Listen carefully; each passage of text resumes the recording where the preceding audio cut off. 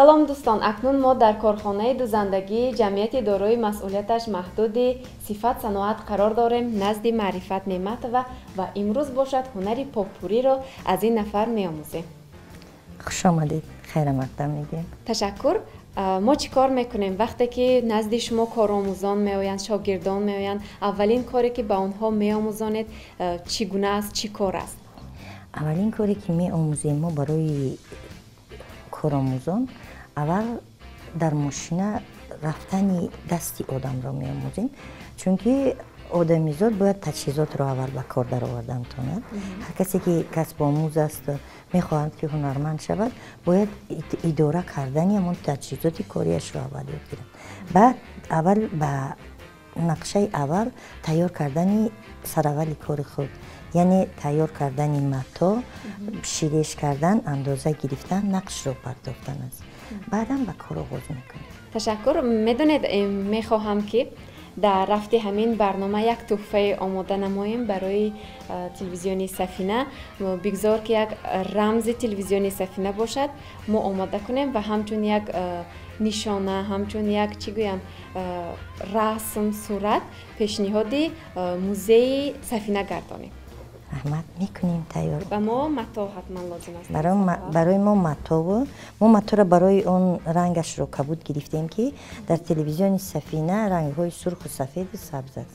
барои ҳамин мо барои намоён шудани рамзи худ ранги кабудро интихоб намудем. интихоби мо барои матоъ, аввал барои мо матоъ дар кор мешавад. мо матоъро мегирем 29 ба 30 мегирем. андозаи матоъи худро мо аз 29 ба 30 мегирем.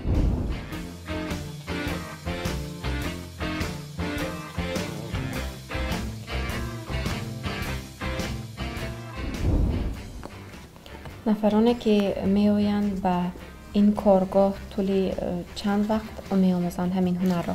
ин вобаста ба зеҳни одамизод аст. агар касе ки чӣ қадар меҳру муҳаббат, асосан дӯхт ба меҳру муҳаббат вобастагӣ зиёд дорад.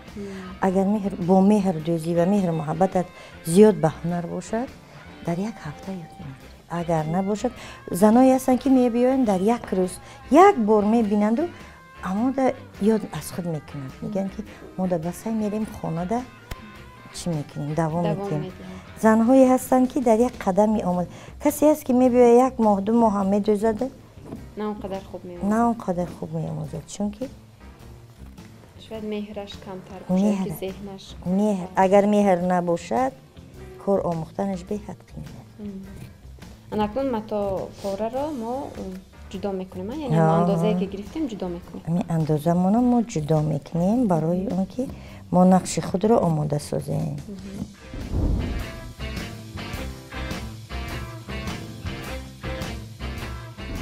дар ин коргоҳ бештар кадом намуди либосҳо духта мешавад? дар коргоҳи мо бисёртар либосҳои корӣ духта мешаванд. либосҳои тиббӣ, асосан сару либоси тиббӣ ва корҳои чиҳои муҳофизӣ. дар коргоҳ маркази ҳунарҳои мардумӣ кушода шудааст ва ба занони эҳтиёҷманд кӯмак мерасонад. яъне бепул омӯзиш ба роҳ монда шудааст. бепул омӯзиш ба роҳ монда шудааст ба хотири занҳое ки ва ё шароити хондан надоранд, кор кардан дар ягон ҷо. инҷо мо барои ва ё бисёртар барои студентҳо.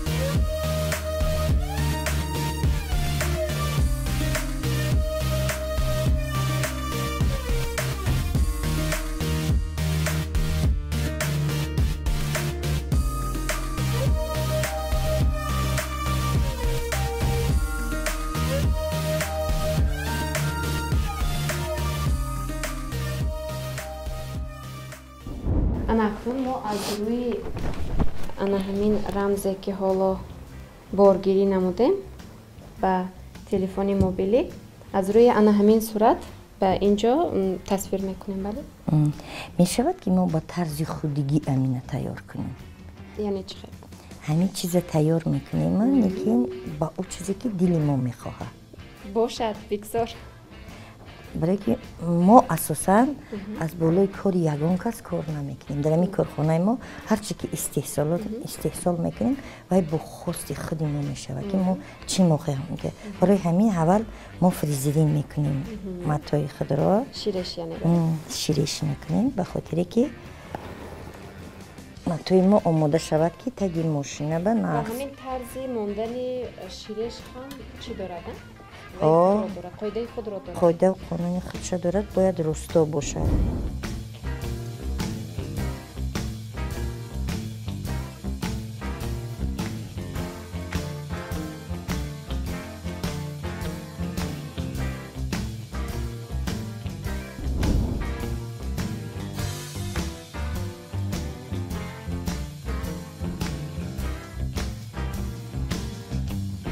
баъд нақша мемонем мо.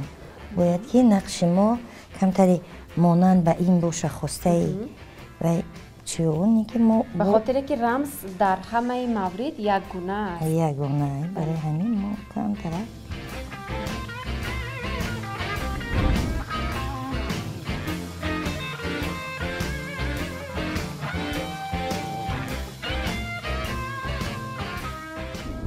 ва шумо худ аз кай ҳамин ҳунарро омӯхтеду шурӯъ аз кай дар ин коргоҳ фаъолият мебаред?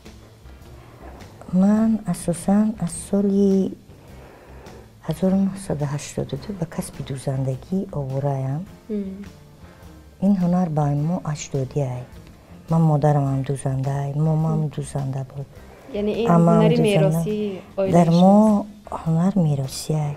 ҳозира вақт духтарам дузандаай, хоҳарам 5 нафар ҳама дузандаай. мо оиламо фақат ами духтан қадия. беҳтарин неъмати илоҳӣ барои худ мо ами духтана мегирем.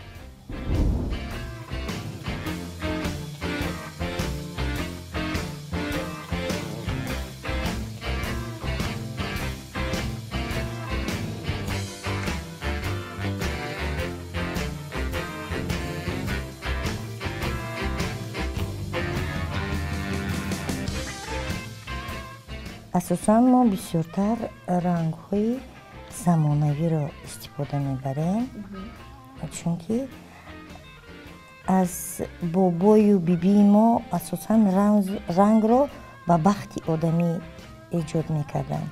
мисол ранги сабз яъне сарсабзӣ, ободӣ ва хуррамӣ, ранги сафед хушбахтӣ, ранги зард яъне шӯлавар шудан, порсою доно шуданд. яъне рамзи сурх рамзи шӯҳратёрӣ, ранги кабуд ранги танҳоӣ, беморӣ ва хастагӣ. асосан бисёртар ман барои ҳамин аз рангҳои замонавиро истифода мебарам. ва ҳамон рангҳое ки дар муд аст ва талабот бештар аст ба ин рангҳо шумо ҳарчи бештар истифода мекунед ва аз ин ҷо харидорон низ бештар мегарданд ба он молу маҳсулоте ки шумо омода мекунед. мо бисёртар талаботи мизоҷона бисёртар ба инобат мегирем. либосҳои мо тайёр мекунем ки рӯзмарра бошанда, на барои намоиш нею, барои истифодаи ҳаррӯзаи мизоҷон. яъне қулай бошанд. қулай дастрас ба о хотире бошад ки мисол дар корхонаҳо занҳои тоҷӣ истифода бурдан тавонанд.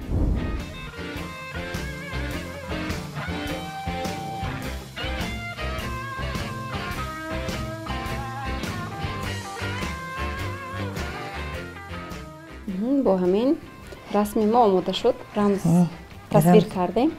ҳозир пеши мошина меравем барои тайёр карданаш. биёед. барои нақши мона тайёр кардан барои мо 4 намуд ранги риштаҳо дар кор аст. сурх, сабз, сафед ва хокистар ранг. барои ҳамин мо ҳозира аз ранги сурх آمادش کردن تیار میکنیم. اولا رشته ها رو میگذاریم در ماشین. و سه تایی لازم است. برای نقش ما نقصر هر چی نقصر بیاد ما باید که سه رشته را استفاده بریم. ماشین ما حاضر دسته داره. برای فهمیدنی که دسته شما کدام طرف حرکت میکنه باید اول شما در دیگر متا دوزید. یعنی برای راست کردن دست، برای دست فهمیدن که کدام طرف سمت ماشین به کدام طرف روانه است. برای همین شما باید اول چی رو دست کمی کار کنید. کمی کار کنید بعد این کار خود آغاز کنید. برای آغاز کار برای شما در یک روز امکان داره که امان شاگردی که می آید نزد شما آموزد همین چیز؟ 1.5 روز می شود که 1.5 روز 2 روز ده از خیلی وابسته به شوق آدم است. برای همین ما باید که دست شما را راست کنم. اول اینجا می بیاییم من کمتر این طرف را میستم شما به می آموزم بیایید. تصوراتی ندارم که این ماشین حالا چگونه کار میکنه. شما تصورات نداری اینه که فهمیدنش آسان میشود. این دستی دخترای دیگر ده این همین میمونه. پاتون پیدل ده مانده دستانه روچکه ده میگیره دسته ده انا کمتر پاتون آهسته آهسته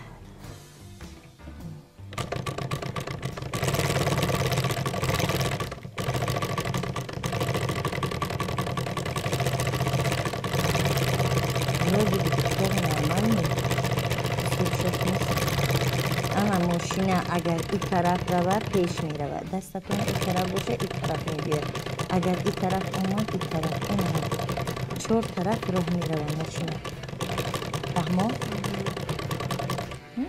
فهمیدم که چگونه کار میکنه. دستتون ملایم ممکن که یاد میگیره اگر بخواهی. خواهش دارم. کار ما آغاز می شود همین. برای همین ما باز متای خود میگیریم و در کار خود آموز میکنیم.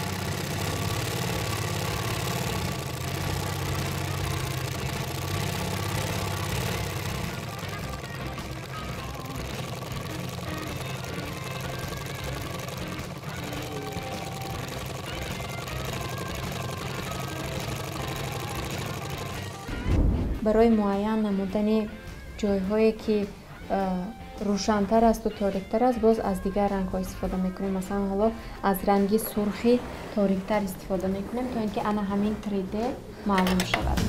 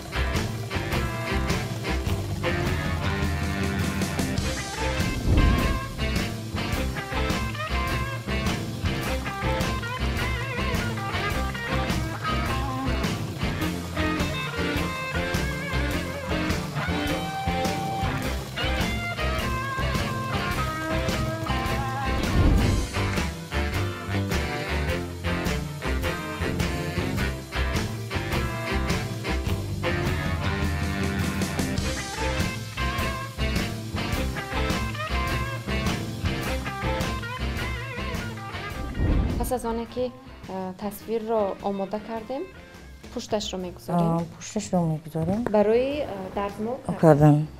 به خاطر درزمال کردن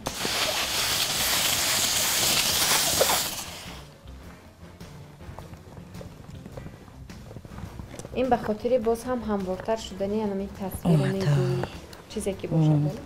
بعد پایانش توزه میکنیم و یه شیرش رو میکنیم. برای شیرش در کار نمیشود مدت.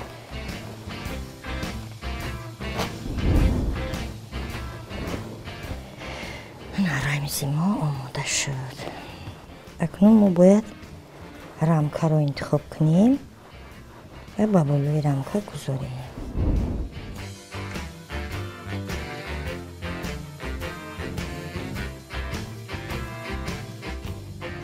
تشکر. ما این را همچون تحفه از کارخانه دوزندگی صفت صناعت اینچنین از خود شما قبول کردیم و منت داریم که این همه را به ما آموزانیدید. اینچنین یک تحفه خاطرمان آماده کردیم. رحمت خوش آمده. تشکر. دوستان عزیز، با همین برنامه نوبتی می‌آموزیم را که درباره پاپوری بود به اتمام میرسانیم و به هر یکی شما سلامتی سربلندی تمنا داریم.